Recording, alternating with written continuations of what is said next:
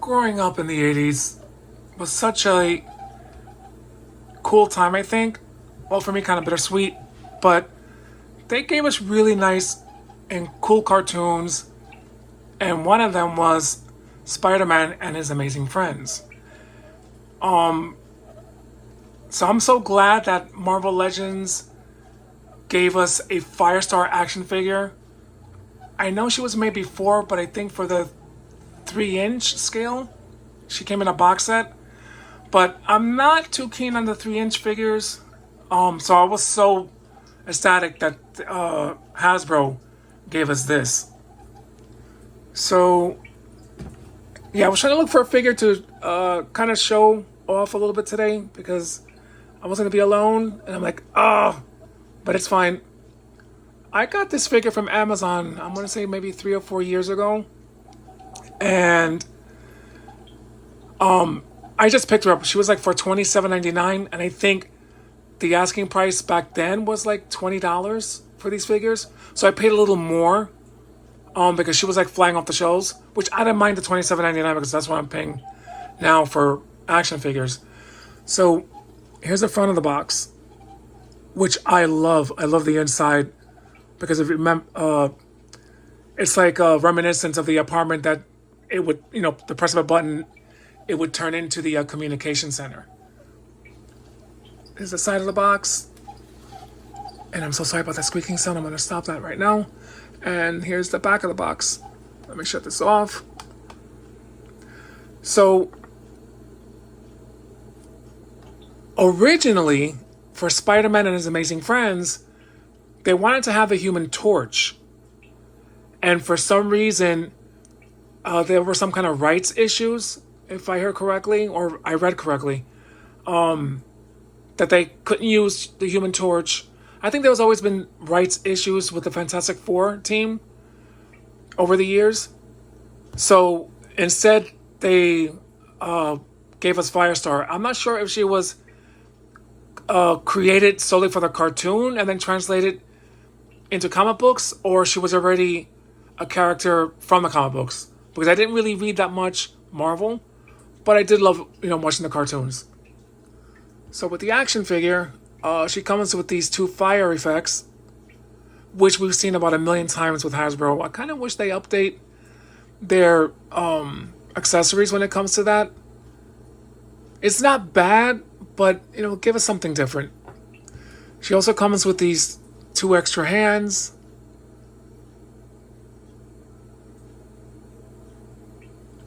The fist. She comes with Miss Lion. I'm shocked that they threw that in. I'm happy they did, though. And sorry about the wire that's showing. I have to get some batteries.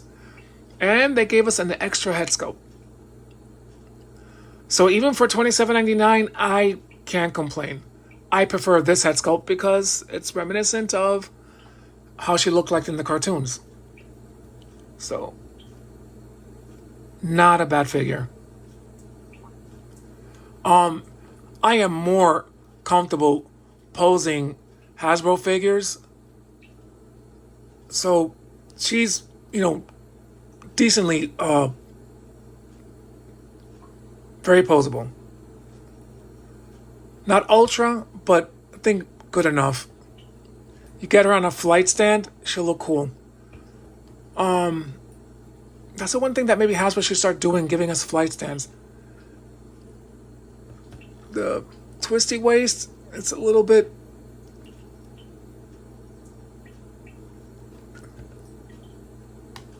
Her little thing came out. Yeah, I've never had a problem having a Marvel Legends break on me. I'm gonna leave Miss Lion here. Take out these. I need to get. I can't wait to get a comic Spider-Man figure because most of the Spider-Man figures that I do have, they're from the live action. I'm not sure how or why I did that, which is why I ordered the Maximum Spider-Man figure. But I don't think he's. He looks like the from a cartoon, so I'm gonna have to get something that's close to the cartoon, along with Iceman.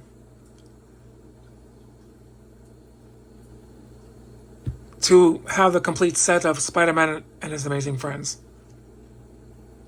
She's a real cool looking figure. Where's her other? There we go.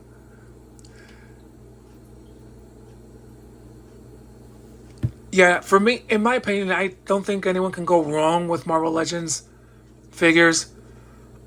Just because me being a klutz, I've never suffered a breakage. Me moving the figures around.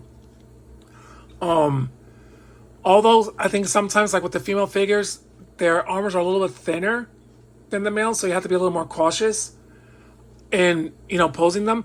But I didn't feel that with her. I did feel that with the live action Scarlet Witch figure, where her arms felt almost like Twizzlers, and you had to be very careful in moving her around. Yeah, it was a really cool figure. I need to get the other two to complete the set. I should have bought this set that Hasbro gave us, but back then it was a little expensive, and now it's a lot expensive to try to get the entire box set. So, but they did a smart thing giving us Spider-Man and his amazing friends as a box set. Yeah, it's kind of hard for me to hate Hasbro. I've been collecting from them for years. I started out with Toy Biz, and when they got it never, ever fails with that clock. It's not the clock's fault, it's my fault. It's the way I time me recording these little videos. But, yeah, I've been collecting these figures for as long as I can remember. And I've never really had a problem with them. So hopefully going forward to the rest of the year, that they keep giving us nice looking figures. I was happy to find out that we are actually getting the Batman Returns wave with Catwoman in it. If I heard correctly from some of the YouTube influencers, Batman looks actually better this time around. But I'm looking forward to the Catwoman because I haven't seen a Michelle Pfeiffer Catwoman in 6 or 7-inch scale. I'm gonna say ever. They've always been like 12-inch or 3-inch. I've never seen a 6 to 7-inch Michelle Pfeiffer's Catwoman figure.